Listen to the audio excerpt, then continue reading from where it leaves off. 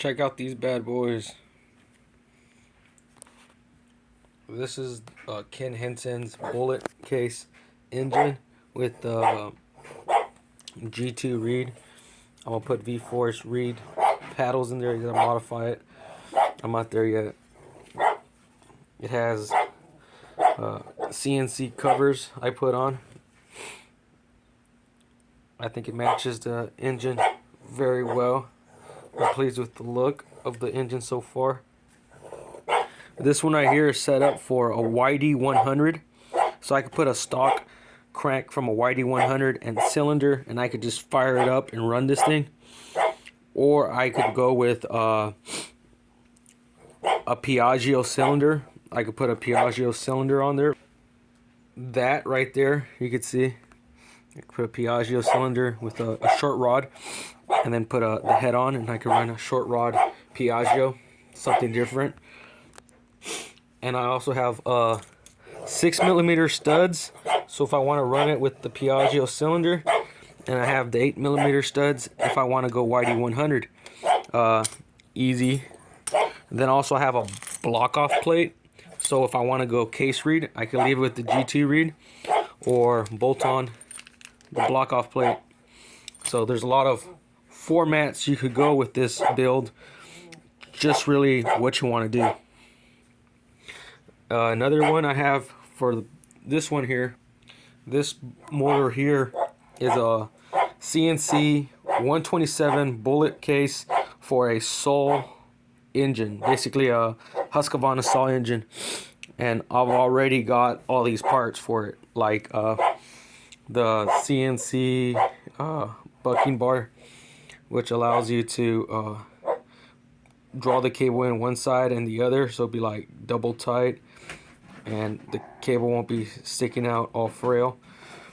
And a heavy duty RDM clutch spring, which all these cases allow you to run it without shaving down the paint. Some of these China doll bottom ends, you have to shave the paint. I don't know anything about the Ken Hinson. I haven't built one yet, so I'm just saying definitely on the China doll you'll have to shave some of this paint off.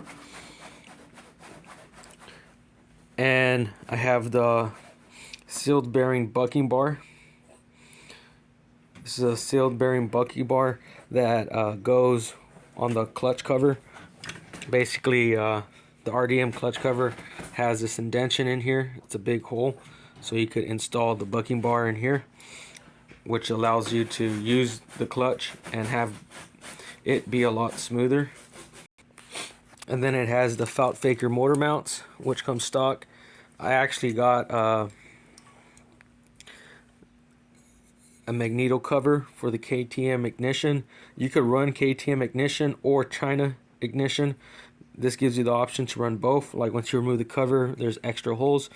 So if you don't want to run the 45mm CNC stroke, that is this one here, you could always run a China stroke, which is pretty cool.